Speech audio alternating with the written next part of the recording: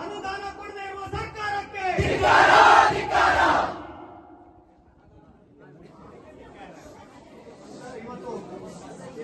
ನಮ್ಮ ಮಂಗಳೂರು ವಿಶ್ವವಿದ್ಯಾಲಯದ ಸ್ನಾತಕೋತ್ತರ ಮತ್ತು ಸಂಶೋಧನಾ ವಿದ್ಯಾರ್ಥಿಗಳು ನಾವೆಲ್ಲರೂ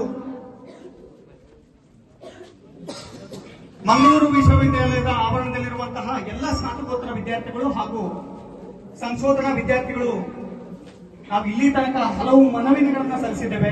ವಿದ್ಯಾರ್ಥಿಗಳಿಗೆ ಆಗುತ್ತಿರುವಂತಹ ಸಮಸ್ಯೆಗಳು, ವಿಶ್ವವಿದ್ಯಾನಿಲಯದಲ್ಲಿರುವಂತಹ ಸಮಸ್ಯೆಗಳು, ಇವತ್ತು ವಿಶ್ವವಿದ್ಯಾನಿಲಯಕ್ಕೆ ಬಂದೊದಗಿರುವಂತಹ ಕುತ್ತು ಏನಿದೆ, ಇವತ್ತು ಅದು ಅಸಹಾಯಕ ಆಗಿದೆ.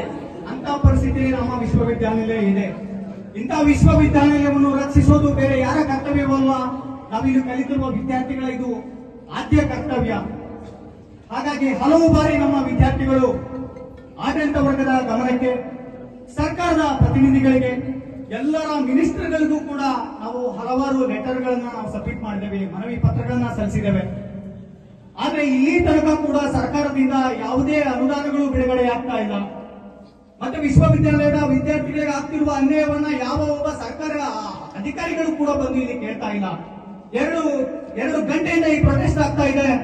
ನಮ್ಮ ಸರ್ಕಾರದ ಅಧಿಕಾರಿಗಳೇ ಇದ್ದಾರೆ ಹೊರಗಡೆ, ಅವರು ಯಾರು ಕೂಡ ಇಲ್ಲಿ ಬಂದು ಭಾಗವಹಿಸ್ತಾ ಇಲ್ಲ ಅಥವಾ ಒಂದು ಅಡ್ರೆಸ್ ಮಾಡ್ತಾ ಇಲ್ಲ ವಿದ್ಯಾರ್ಥಿಗಳನ್ನ. ಸೊ ಈ ರೀತಿ ಮಾಧ್ಯಮದವರು ಕೂಡ ನಮ್ಮ ಎದುರುಗಡೆ ಕೈ ಜೋಡಿಸ್ತಾ ಇಲ್ಲ ಅಂತ ಅಂದ್ರೆ ಅವ್ರಿಗೆ ಯಾರ ಪರವಾಗಿ ಕೆಲಸ ಮಾಡ್ತಾ ಇದ್ದಾರೆ, ಯಾರ ಒಂದು ಗುಲಾಮರಾಗಿ ಕೆಲಸ ಮಾಡ್ತಾ ಇದ್ದಾರೆ. ಇವತ್ತು ಇಷ್ಟೆಲ್ಲ ವಿದ್ಯಾರ್ಥಿಗಳು ಪ್ರತಿಭಟನೆಗಳಿದ್ದಾರೆ. ನೀವು ಹೋಗಿ ಅಲ್ಲಿ ಯಾವ್ದಾದ್ರು ರೋಡಲ್ಲಿ ಯಾವ್ದಾದ್ರು ಗಲಾಟೆ ಮಾಡ್ಕೊಳ್ಳಿ, ಎಲ್ಲ ಮೀಡಿಯಾದವರು ಬಂದು ನಿಲ್ತಾರೆ. ಇವತ್ತು ನಮ್ಮ ಮಾಧ್ಯಮದವರು ಯಾರು ಕೂಡ ಇಲ್ಲಿ ಬರ್ತಾ ಇಲ್ಲ. ಅವರ ಬಹುದೊಡ್ಡ ಕರ್ತವ್ಯವಿದೆ ವಿಶ್ವವಿದ್ಯಾನಿಲಯದಲ್ಲಿ. ಸರ್ಕಾರಕ್ಕೆ ತಲುಪಿಸಬೇಕಿದೆ. ಇವತ್ತ ಮೇಲೆ ಪ್ರೊಟೆಸ್ಟ್ ಮಾಡ್ತೀವಿ, ನಿಲ್ಲಿಸ್ತೀವಿ. ಆದ್ರೆ ಇದು ಸರ್ಕಾರಕ್ಕೆ ಮುಟ್ಟೋದು ಯಾವುದರಿಂದ? ಅದು ಮಾಧ್ಯಮದಿಂದ ಮಾತ್ರ. ಈಗಾಗಲೇ ಗಮನಕ್ಕೆ ತಂದಿದ್ದೇವೆ. ಸ್ಥಳೀಯ ಪ್ರತಿನಿಧಿಗಳೇ ಇದ್ದಾರೆ, ಅವರು ಇಲ್ಲಿ ಈಗಾಗಲೇ ಬರಬೇಕಿತ್ತು. ಇದು ಸ್ಪಷ್ಟವಾಗಿ ಅರ್ಥ ಆಗ್ತಾ ಇದೆ. ಕೆಲ ಮಾಧ್ಯಮ ಕೂಡ, ಕೆಲ ಅಧಿಕಾರಿಗಳು ಕೂಡ ಕೆಲವರ ಗುಲಾಮರಾಗಿದ್ದಾರೆ. ಇವರಿಗೆ ವಿದ್ಯಾರ್ಥಿಗಳ ನೋವು ಕೇಳಲಿಕ್ಕೆ ಬೇಡ, ವಿದ್ಯಾರ್ಥಿಗಳ ಕಷ್ಟ ಬೇಡ, ವಿದ್ಯಾರ್ಥಿಗಳಿಗೆ ಶಿಕ್ಷಣ ಬೇಡ, ವಿದ್ಯಾರ್ಥಿಗಳ ಭವಿಷ್ಯ ಬೇಡ.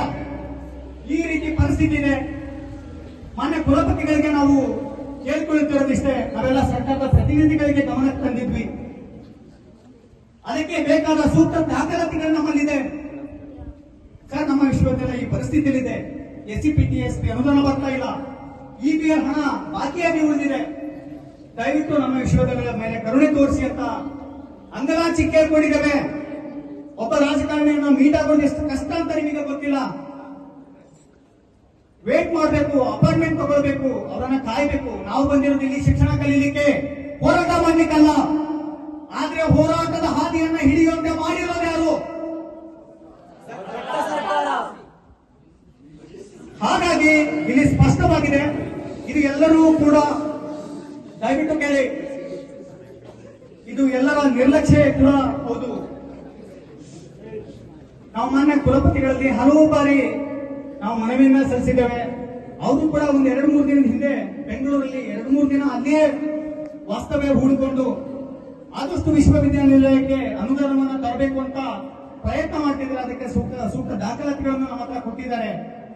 ಆದ್ರೆ ಸರ್ಕಾರ ನಮ್ಮ ವಿಶ್ವವಿದ್ಯಾಲಯವನ್ನ ಕಡೆಗಣಿಸಿದೆ ಸಂಪೂರ್ಣವಾಗಿ ಅನ್ನೋದನ್ನ ಇದು ಸ್ಪಷ್ಟವಾಗಿ ತಿಳಿಸ್ತಾ ಇದೆ. ಯಾವ ವ್ಯಕ್ತಿಗಳು ಕೂಡ ನಮ್ಮ ವಿಶ್ವವಿದ್ಯಾನಿಲಯದ ಧ್ವನಿಗಳನ್ನ ಕೇಳಲಿಕ್ಕೆ ರೆಡಿ ಇಲ್ಲ. ವಿಶ್ವವಿದ್ಯಾಲಯ ಒಂದು ಸಂದರ್ಭದಲ್ಲಿ ಸಂಪದ್ಭರಿತವಾಗಿತ್ತು ಆರ್ಥಿಕವಾಗಿ, ಆದ್ರೆ ಇವತ್ತು ಫೈನಾನ್ಷಿಯಲ್ ಕ್ರೈಸಿಸ್ ಅನುಭವಿಸ್ತಾ ಇದೆ. ಅದಕ್ಕೆ ಕಾರಣಗಳು ಹಲವಾರುಗಳಿದೆ.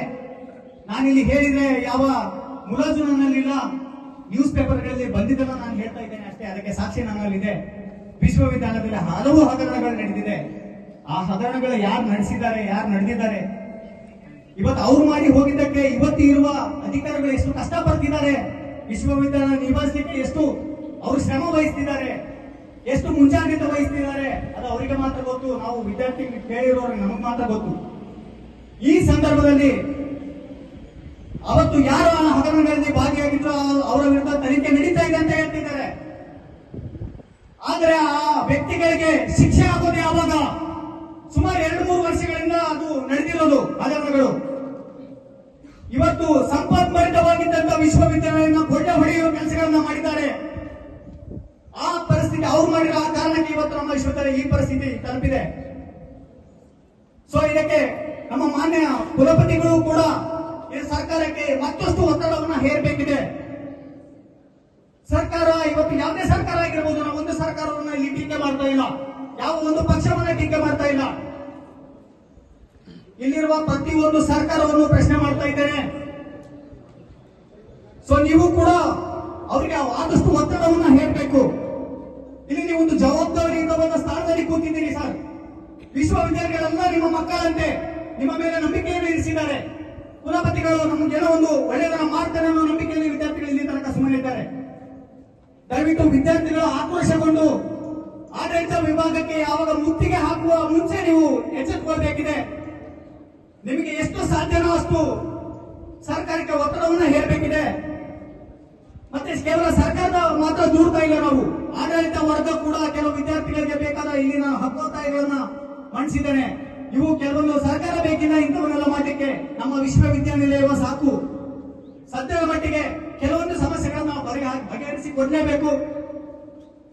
ನೀವು ಬಗೆಹರಿಸಿ ಕೊಡ್ತೀರಿ ಅನ್ನೋ ನಂಬಿಕೆ ನಮ್ಮ ಮೇಲಿದೆ. ಸೊ ಹಾಗಾಗಿ ಇಷ್ಟೆಲ್ಲ ಸಮಸ್ಯೆಗಳನ್ನ ನಾವು ಕೆಲವೊಂದು ಲೆಟರ್ಗಳನ್ನ ನಿಮಗೆ ತಂದಿದ್ದೇವೆ, ಅದನ್ನ ನೀವು ಸ್ವೀಕರಿಸಬೇಕು.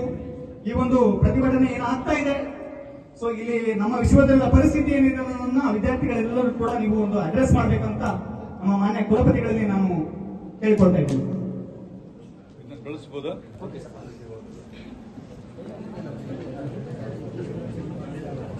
ವಿದ್ಯಾರ್ಥಿ ಸ್ನೇಹಿತರೆ, ನನ್ನ ಅಭಿಷೇಕ್ ಮತ್ತು ಅವರ ಸ್ನೇಹಿತರು ಬಂದಿದ್ರು. ನಾನು ನಮ್ಮ ಈ ವಿಶ್ವವಿದ್ಯಾಲಯವನ್ನು ಕಟ್ಟಿ ಬೆಳೆಸಿದಂತ ಒಂದು ಪ್ರೊಫೆಸರ್ಗೆ ಒಂದು ಸಮಾರಂಭ ನಡೀತಾ ಇದೆ ಕನ್ನಡ ವಿಭಾಗದಲ್ಲಿ. ಆ ಕಾರ್ಯಕ್ರಮದಲ್ಲಿ ಇರ್ತೀನಿ. ನೀವು ಮಧ್ಯಾಹ್ನ ಮೇಲೆ ಈ ಕಾರ್ಯಕ್ರಮ ನಿಮ್ದು ಪ್ರೊಟೆಸ್ಟ್ ನಡೀತದೆ ಅಂತ ಅವ್ರು ಹೇಳಿದ್ರು. ಹಾಗಾಗಿ ನಾನು ಅಲ್ಲಿ ಇರಬೇಕಾಯ್ತು.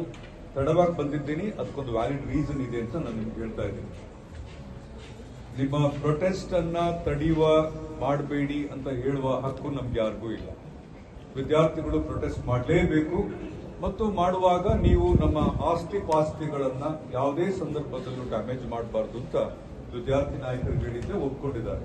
ಹಾಗಾಗಿ ನೀವು ಪ್ರೊಟೆಸ್ಟ್ ಮಾಡಿದ್ದನ್ನ ನಾನು ಸ್ವಾಗತ ಮಾಡೋದಾಗ್ಲಿ ಅಥವಾ ವಿರೋಧ ಮಾಡೋದಾಗ್ಲಿ ಹೋಗದೆ ನಿಮ್ಮ ಪ್ರಶ್ನೆಗಳಿಗೆ ಉತ್ತರ ಕೊಡುವ ಸಣ್ಣ ಪ್ರಯತ್ನವನ್ನ ನಾನು ಮಾಡ್ತೇನೆ. ನೀವೇನು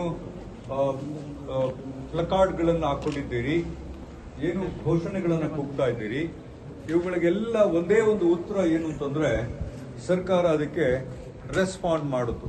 ಅದು ಕಳೆದ 2 ವರ್ಷದಿಂದ ನಿರಂತರವಾಗಿ ನಾನಂತೂ ವೈಯಕ್ತಿಕವಾಗಿ ಮಾನ್ಯ ಮುಖ್ಯಮಂತ್ರಿಗಳ ಜೊತೆಗೆಯೇ ಮಾತನಾಡ್ತಾ, ಅವ್ರ ಜೊತೆಗೆ ಹೇಳ್ತಾ ಮತ್ತು ಅವರು ತಗೊಂಡ ನಿರ್ಧಾರವನ್ನ ಎಲ್ಲ ಕುಲಪತಿಗಳ ಮಧ್ಯೆಯೂ ವಿರೋಧ ವ್ಯಕ್ತಪಡಿಸ್ತಾ, ಇದು ಸರಿಯಲ್ಲ, ತಾವು ಮುಖ್ಯಮಂತ್ರಿಗಳಿದ್ದೀರಿ, ಇದನ್ನು ವಾಪಸ್ ತಗೊಳ್ಬೇಕು ಅಂತ ಹೇಳಿ ಸಾಕಷ್ಟು ವಿಷಯಗಳನ್ನ ಅವ್ರಿಗೆ ಹೇಳಿದ್ರು ಕೂಡ ಸರ್ಕಾರ ನಮಗೆ ಬಹಳ ಮುಖ್ಯವಾದ ಕೆಲವು ಪ್ರಮುಖ ಅಂಶಗಳನ್ನ ಫುಲ್ಫಿಲ್ ಮಾಡ್ತಾ ಇಲ್ಲ.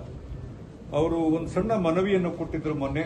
ಅದ್ರಲ್ಲಿ ನೋಡ್ತಾ ಇದ್ದಾಗ ನನ್ಗನ್ಸಿದ್ದು, ಈ ವಿದ್ಯಾರ್ಥಿಗಳಿಗೆ ಇಲ್ಲಿ ಆಗ್ತಾ ಇರುವ ಸಮಸ್ಯೆಗಳು ನಂಬರ್ 1 ಸರಿಯಾದ ಪಾಠ